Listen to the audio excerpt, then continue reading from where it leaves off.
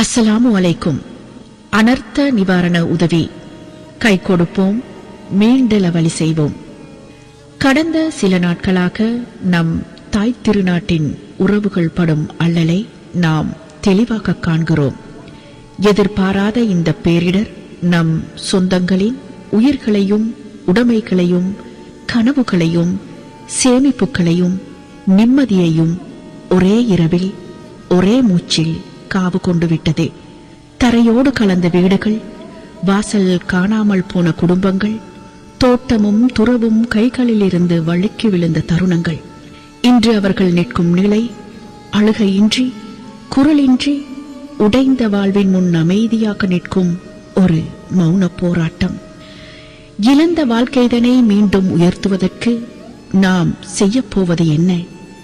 ஆறுதல் சொல்ல வார்த்தைகள் இல்லாவிடனும் அவர்களின் நாளையை செப்பனிட நம்மால் கண்டிப்பாக கை நீட்ட முடியும். அன்பின் சகோதர சகோதரிகளே, உதவி என்பது யாராவது கேட்டுக்கொள்ளும் போது கொடுப்பது அல்ல.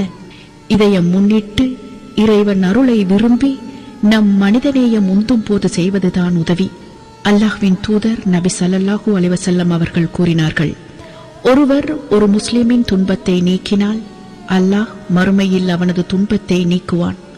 இன்று நாம் நீட்டும் கை நமக்கே நன்மையாய் திரும்பும், நம் குழந்தைகளுக்கு பாதுகாப்பாய் மாறும், நம் மறுமை நாளின் புத்தகங்களில் ஒளியாக எழுதப்படும்.